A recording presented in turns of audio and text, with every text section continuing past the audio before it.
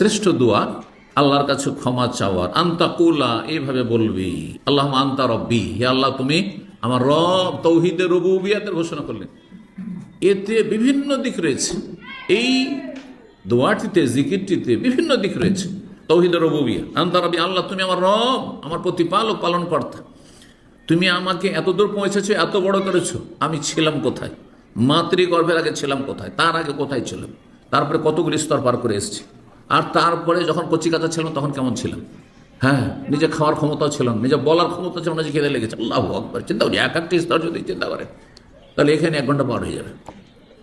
এই নিয়ামতটা নিজের অনুভূতিতে নিয়ে আসার জন্য, উপলব্ধি করার জন্য যে আল্লাহর কত বড় নিয়ামত। আমার সাথে জন্ম নিয়ে, আপনার সাথে জন্ম নিয়ে বহু কচিকাচা ছেলেরা, মেয়েরা দুনিয়া থেকে চলে গেছে, বাল্য জীবনে চলে গেছে, মাতৃগর্ভে চলে গেছে, মায়ের পেট থেকে ভূমিষ্ঠ হয়ে মরে গেছে, অথবা সাবালক হয়ে মরে গেছে, বিয়ের আগেই মরে গেছে, বিয়ের পরে মারা গেছে, যৌবনকালেই মারা গেছে। চোখের সামনে করোনা দেখলেন। আল্লাহু আকবার, এত বড় বালা মুসিবত আল্লাহ আমাকে আপনাকে বাঁচিয়ে রেখে বলল আলহামদুলিল্লাহ। আল্লাহ তো আমাকে সেই লিস্টে করতে পারতেন, করোনার লিস্টে, যে যা দুনিয়া থেকে বিদায় দেয়। আল্লাহু আকবার, আলহামদুলিল্লাহ। আল্লাহ আনতা রাব্বি, আল্লাহ তুমি আমার রব, লা ইলাহা ইল্লা আনতা, তুমি ছাড়া কোনো সত্য মাবুদ নেই। তাওহীদুল উলুহিয়্যাহ, রুবুবিয়্যাতের সাথে উলুহিয়্যাত। খালাকতানি, তুমি আমাকে সৃষ্টি করেছো, তুমি সৃষ্টিকর্তা। আল্লাহর যে রুবুবিয়্যাতের, আল্লাহর কাজের বিভিন্ন দিক রয়েছে। ওয়ানা আবদুকা, আমি তোমার গোলাম বান্দা। ওয়ানা আলা আহদিকা, আমি তোমার সাথে ওয়াদাবদ্ধ, চুক্তিবদ্ধ যে তোমার ইবাদতবন্দি করব। ওয়াদিকা, তোমার সাথে চুক্তি এবং প্রতিশ্রুতিতে আবদ্ধ। মাস্তাতাত, যতটা পারি। অসুস্থ হয়ে গেলাম, তাহলে অসুস্থ হলে তো অনেক কাজই করতে পারবো না, এই জন্য মাস্তা যতটা পারি। যতটা পারি মানে এই কথা বললে হবে না যে ফরজ আমি 17 রাকাত পারি না, 4 ওয়াক্ত নামাজ পড়তে পারছি, আল্লাহ ব্যাস হয়ে গেল, চলবে না? ফরজই চলবে না। আল্লাহ রমজান মাসে এতটি রোজা রাখতে, বাকি পারলাম না, মানে খিদা লাগছে বেশি, সেজন্য চলবে।